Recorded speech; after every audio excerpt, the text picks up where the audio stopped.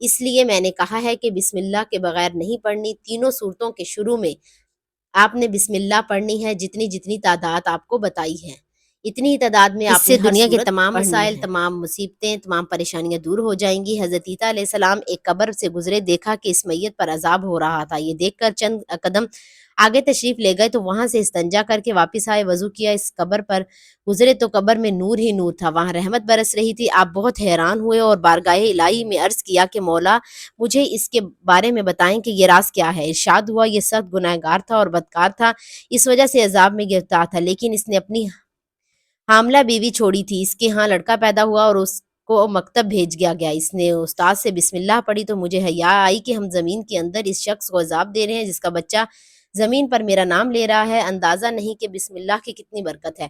اور ایک روایت کے مطابق جس شخص کو سخت سے سخت مصیبت اور پریشانی آ جائے 1000 مرتبہ بسم اللہ پڑھ کر دم کر دے، ایک ہی دن کے اندر تمام مصیبتیں، پریشانیاں، مشکلات اور حاجات پوری ہو جائیں گی۔ ناظرین محترم، ایک ہی ویڈیو کے اندر آپ کو وہ عمل دے رہی ہوں، ان دونوں ہی اتنی طاقت، اتنے کمال کے عمل ہیں کہ یقین جانیے کہ آج دل کا راز بتا رہی ہوں۔ بڑی دیر میں نے دل میں رکھا تھا اور دل ہی نہیں کرتا تھا کہ یہ راز کسی کو بتاؤں، کیونکہ لوگ دن بھر محنت کرنا چھوڑ دیتے ہیں، پھر وظیفوں کی طرف بھاگتے ہیں۔ اسی لیے رزق حلال کے لیے محنت کرنا بھی عین عبادت اور اولین شرط ہے، بشرط یہ کہ رزق حلال کے لیے کوشش کی جائے، حرام کے لیے نہیں۔ رزق حلال کی تلاش میں نکلیں اور انشاءاللہ دیکھیں کہ پھر حالات کیسے بدلتے ہیں۔ سورۃ فاتحہ کو آپ نے بتائے گئے طریقے کے مطابق 10 مرتبہ پڑھ لیا تو اس سورت کو پڑھنے کے بعد دوسرے نمبر پر سورہ اخلاص ہے، اس کو آپ نے پڑھنا ہے۔ جنت کے دروازے کتنے ہیں؟ 7۔ دوزخ کے 7، اور زمینیں کتنی ہیں؟ 7۔ آسمان کتنے ہیں؟ 7۔ حاجی جب حج کے لیے جاتے ہیں، عمرے کے لیے جاتے ہیں، خانہ کعبہ کے طواف کے چکر لگاتے ہیں، 7 کنکریاں کتنی مارتے ہیں؟ 7۔ ہفتے کے دن 7 ہیں، تو اس 7 کا عدد تو ہماری 7 نسلوں کو بدلے گا، تو ہماری 7 نسلوں کو آباد کر لے گا۔ بس اس عمل کو کر کے دیکھ لینا، پھر اس کے بعد محتاجی اور اس کی تمام پریشانیاں ہمیشہ ہمیشہ کے لیے ختم ہو جائیں گی۔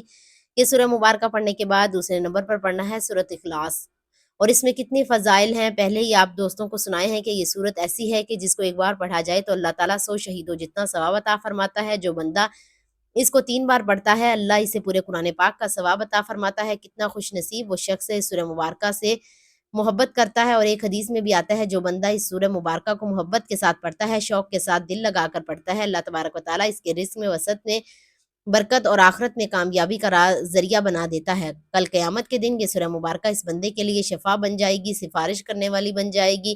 اس لیے سورہ مبارکہ کو آپ نے 10 بار پڑھنا ہے۔ بسم اللہ الرحمن الرحیم، قل هو اللہ احد اللہ الصمد لم یلد ولم یولد ولم یکن لہ کفوا احد۔ ناظرین، ایک صحابی اس سورت کے ساتھ بڑی محبت رکھتے تھے، ہر وقت چلتے پھرتے اس کو پڑھتے تھے، اور جب فوت ہو گئے تو اس کے جنازے میں اللہ نے لاکھوں فرشتے بھیجے جو اس بندے کو اس سورہ مبارکہ کو پڑھتا تھا۔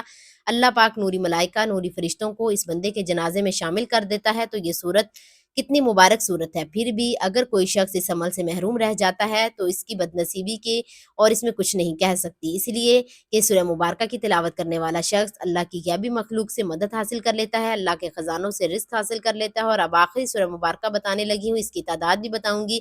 برائے کرم بس عمل اختتام کی طرف جا رہا ہے۔ اس طرح آپ نے سورہ کوثر پڑھنی ہے۔ بسم اللہ الرحمن الرحیم، انا اعطیناک الکوثر فصلی لربک وانحر ان شانئک ھو الابتر۔ یہ 3 آیات ہیں۔ یہ قرآن مجید کی دیکھنے میں سب سے چھوٹی صورت ہے، لیکن ثواب کے اعتبار سے سب سے بڑی صورت ہے، اسی لیے اس کے فضیلت بہت زیادہ ہے، اس کی شان بہت زیادہ ہے۔ تو یہ سورہ مبارکہ پڑھنے سے دشمنوں سے نجات ملتی ہے۔ اور یہ سورہ مبارکہ اس وقت میرے آقا صلی اللہ علیہ وسلم پر نازل ہوئی جب میرے آقا لوگوں نے سخت پریشان کر رکھا تھا، اور حضور علیہ الصلوۃ والسلام انتہائی غمزدہ رہتے تھے، اور اللہ نے حضور کے غم کو، پریشانی کو دور کرنے کے لیے سورہ مبارکہ کا نزول فرمایا۔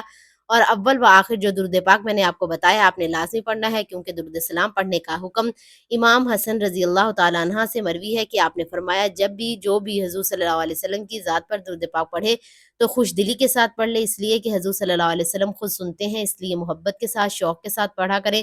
حضور صلی اللہ علیہ وسلم کا تصور کر کے پڑھا کریں۔ دعاؤں کی قبولیت کا یہ راز ہے، دعاؤں کی قبولیت کا یہ ذریعہ ہے۔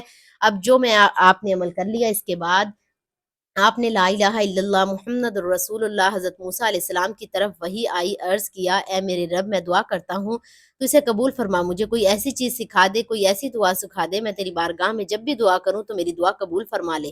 موسیٰ علیہ السلام کو اللہ تعالیٰ نے فرمایا کہ موسیٰ یہ کلمات کہہ لیا کرو، اللہ کے سوا کوئی عبادت کے لائق نہیں، میں تیری حاجت کو پورا کر دوں گا۔ حضرت موسیٰ علیہ السلام نے عرض کیا یا اللہ ان کلمات کو جو بندہ بھی چاہے پڑھ سکتا ہے۔ فرمایا جو بندہ بھی چاہے ان کلمات کو پڑھے تو اس کی دعا قبول فرماتا ہوں، کیونکہ لا الہ الا اللہ ایک مرتبہ اگر 7 آسمانوں اور 7 زمینوں کو میزان کے ایک پلڑے میں رکھ دیا جائے اور دوسری طرف لا الہ الا اللہ کو رکھ دیا جائے تو یہ لا الہ الا اللہ کا پلڑا زیادہ بھاری ہوگا۔ اس کی اس قدر شان ہے، تو آپ نے سورہ کوثر کو 10 مرتبہ پڑھنا ہے اور پھر آپ نے لا الہ الا اللہ پڑھ کر اللہ کی بارگاہ میں دعا کرنی ہے اور کوئی چیز صدقہ کرنی ہے، یعنی مٹی کو ہاتھ لگا لے تو وہ سونا بن جائے گی۔ نبی کریم صلی اللہ علیہ وسلم نے فرمایا کہ جو شخص میری تعظیم مجھ پر درود پاک پڑھے تو اللہ نے درود شریف کے اس کلمے سے ایک فرشتہ پیدا فرماتا ہے جس کے 2 پر ہیں، ایک مشرق میں اور دوسرا مغرب میں، اس کے 2 پاؤں ہیں، عرش کے نیچے ہیں۔ اللہ تعالیٰ اس فرشتے سے فرماتا ہے تو میرے بندے پر رحمت بھیجنے کی دعا کر جس طرح اس نے میرے نبی پر درود پڑھا، تو وہ فرشتہ اس بندے کی قیامت تک کے لیے رحمت کی دعا کرتا ہے۔ ناظرین، جس کے لیے اللہ کے فرشتے رحمت کی دعا کریں، اس بندے کی شان اور عظمت کیا ہوگی، تو آپ نے عمل لازمی کیجیے گا۔ عمل کے طریقہ کار ایک مرتبہ پھر اس کو سمجھا دیتی ہوں تاکہ کوئی غلطی، کوئی کوتاہی، کمی پیشی نہ رہے۔ تو آپ نے سب سے پہلے نبی کریم کی ذات پر درود پاک کا نذرانہ پیش کرنا ہے۔ اس کے بعد آپ نے سب سے پہلے سورہ فاتحہ کی تلاوت کرنی ہے 10 مرتبہ، پھر سورہ اخلاص کی تلاوت کرنی ہے 10 مرتبہ اور پھر سورہ کوثر کی تلاوت کرنی ہے 10 مرتبہ، کر کے آخر میں ایک تسبیح لا الہ الا اللہ کی پڑھنی ہے۔ انشاءاللہ اس عمل کی برکت سے تسبیح سے تمام دکھیں، پریشانیاں ختم ہو جائیں گی۔ دعا ہے کہ اللہ تعالیٰ نیکی کی بات کو سمجھنے، اس پر عمل کرنے کی طاقت اور توفیق عطا فرمائے۔ میرا سننا اور آپ کا سننا اپنی پاک بارگاہ الہی میں قبول و منظور فرمائے، آمین۔ ناظرین، گزارش ہے کہ اللہ تعالیٰ کے 99 ناموں میں سے کوئی ایک نام لکھ کر کمنٹس میں ضرور شیئر کریں۔ اللہ تعالیٰ ہم سب کا حامی و ناصر ہو۔ جزاک اللہ۔